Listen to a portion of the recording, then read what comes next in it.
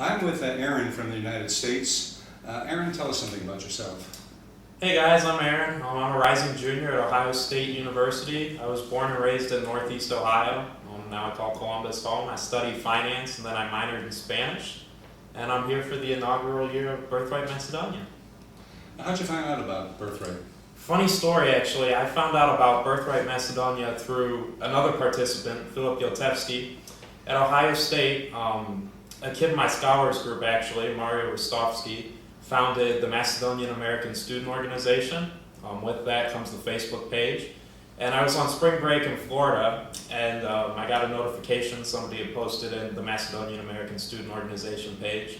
And it was Philip. He posted a link about this exciting new Birthright Macedonia program that had been announced. I clicked on it as I was sitting on the beach with my friends. I was like, I don't have any plans for the summer. This sounds incredible. And here we are. Great, great. What motivated you to apply? Yeah, so I've always identified as Macedonian. I'm 50% Macedonian, so my father's heritage is all Macedonian, and then he married an Irish Catholic woman. So with that, I don't speak the language. I can understand some phrases here and there. My father understood the language very well. It was most of what was spoken in his house when he was growing up. But I kind of wanted to get back in touch with my heritage.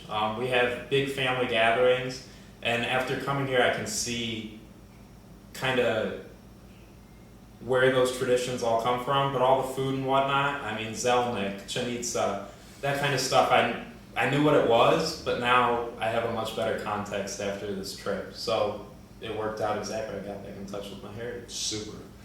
3 weeks now you've been here. Tell us a little bit about your internship program and what you did and with whom. Yes. So I interned with Minister Jerry Naumov in the Cabinet of Foreign Investments.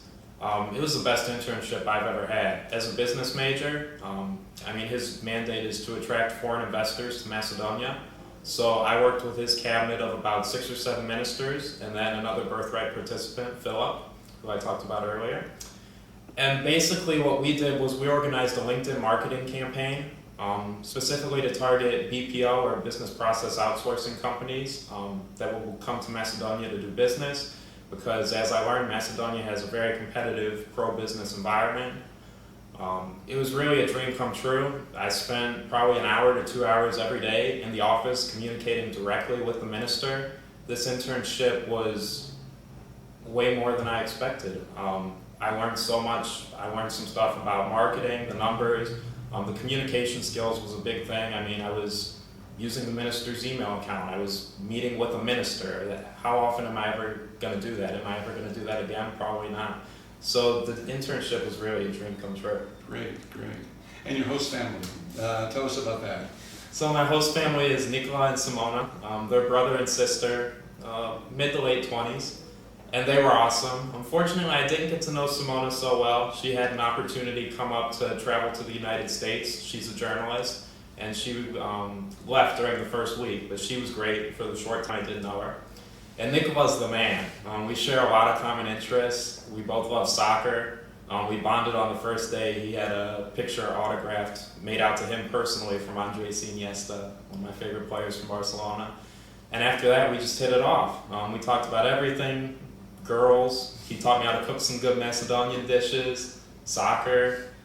We had a blast. I'm sorry I have to leave his house tomorrow. You mentioned a moment ago that you don't speak the language. Was that a handicap for you at all? Well, obviously, if you don't speak the language anywhere you go, it's a small handicap. But the thing here is the people are so friendly. I backpacked for 3 weeks around mostly Eastern Europe before coming here. And in other countries where I couldn't speak the language, I felt severely handicapped. I felt unsafe at times. I was lost. That was not the case here. Most everybody does speak some English, especially young people. So if you look around for 3 or 4 minutes, if you're lost, you can find somebody, they'll give you directions. And people here were just warm. They wanted to help you. One night I was going home from the gym and I got lost. It was one of the first nights here, so I got lost, couldn't find my way, I was lost in all these rows of houses. And I went up to these 3 girls, probably 12, 13 years old, and I was like, hey, can you help me find my way home?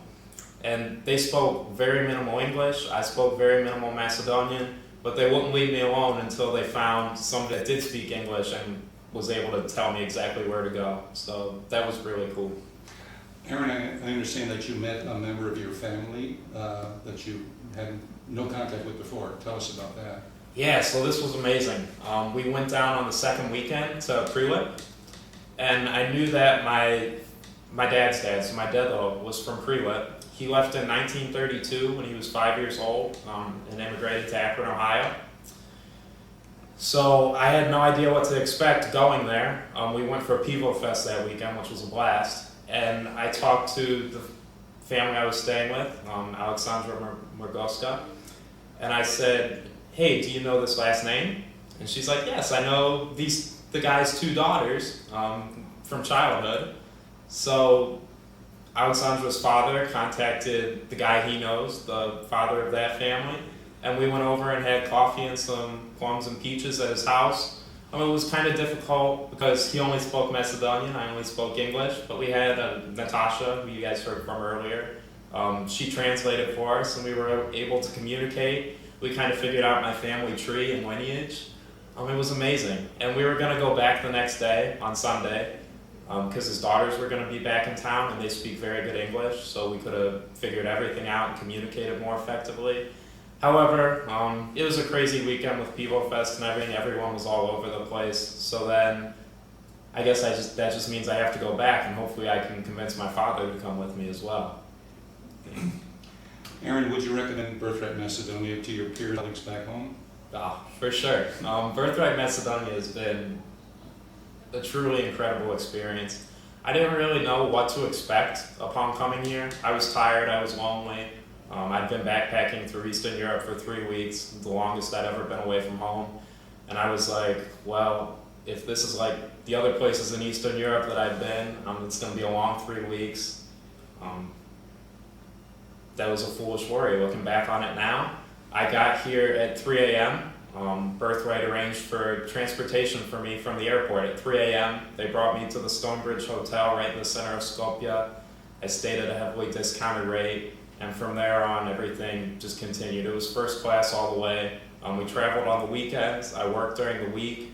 I really like that I was able to learn things that are going to be relevant when I go back into school, when I get another internship hopefully this summer, and when I start working in the real world.